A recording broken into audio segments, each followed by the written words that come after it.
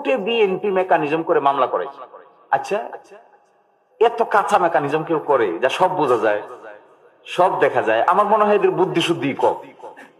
এত যে কম বুদ্ধি এটা আমি আগে ভাবিনি। আমি ভাবতাম খুব সফিস্টিকেটেড ইন্টেলেকচুয়াল পিপল, যাদের capacity is very high, intellectually খুবই সেন্সিবল, এরকম মনে হইতো আমার কাছে। কিন্তু যে কাণ্ডটা কোর্টে ঘটাইছে, দুইটা উকিল ম্যানেজ করছে, আরেকটা চেম্বার ম্যানেজ করছে, নিজেদের কয়েকটা আইনজীবী ম্যানেজ করছে, অ্যাটর্নি জেনারেল অফিসকে বলছে তোমরা অপোজ করো।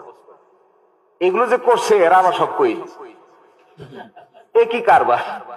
কোর্টে গিয়ে যখন আমরা বললাম যে একই কারবার, এটা তো কোর্টের বিষয় না, এটা তো হলো বিষয়টা তো হলো রাজনীতিবিদদের আলাপ আলোচনা করে বাইরে সেটেল হয়েছে, কোর্টের ফাংশন কি? তো আমি কোর্টে বললাম দাঁড়ায়, আচ্ছা মাই লর্ড, যদি এটা যায় তা আপনিও তো যান, যদি সংস্কার প্রস্তাব পুরাটা চলে যায় তা আপনি থাকেন?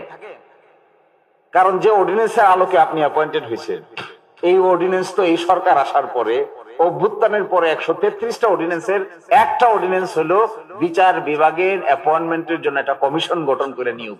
ওই কমিশনের অধীনে আপনিও নিয়োগপ্রাপ্ত, আপনি এটার বিরুদ্ধে রুল দিচ্ছেন, তা আপনি থাকবেন কই? একটা রক্তের উপর দাঁড়াইয়া এই কথা, এই কাজ করা যায়?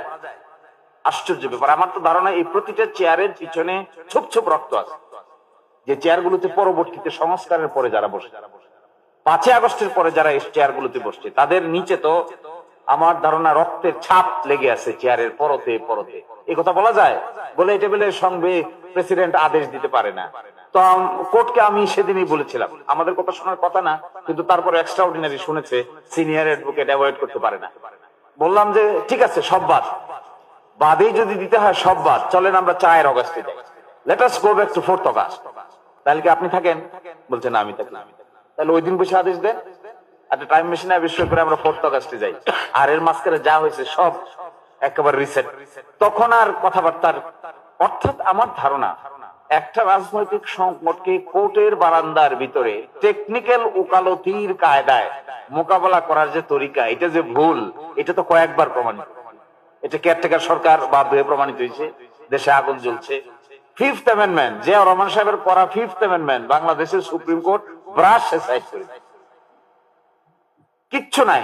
আমি জিজ্ঞাসা করলাম একজনকে, আপনাদের কি সামান্য পরিমাণ কাণ্ডজ্ঞান নাই? নিজেদের করা 5th অ্যামেন্ডমেন্ট, বাংলাদেশের one of the best ruler president Ziaur Rahman, তার করা 5th অ্যামেন্ডমেন্টের সবকিছু সুপ্রিম কোর্ট ব্রাশ সাইড করে দিচ্ছে। আর আপনারা আবার এই বিপ্লবের পরে কতগুলো আদেশকে নিয়ে আবার কোর্টে আসেন। একই কারবার, এটা কি সেন্সের অভাব নাকি? ফলে আমার কাছে মনে হয় যে একদিক থেকে মেজরিটি আছে, এই জন্য হয়তো ঘাড়ে জোর বেশি, কিন্তু মাথায় খুব জোর আসে বলে আমার কাছে মনে হয় না। যদি কারো মাথায় জোর থাকে তাহলে নিজেদের এই লফুস নিয়ে কোর্টে যাওয়াটা একদম বোকামির দণ্ড ছেড়ে দিচ্ছে। এটা কেমন বোকামি হচ্ছে?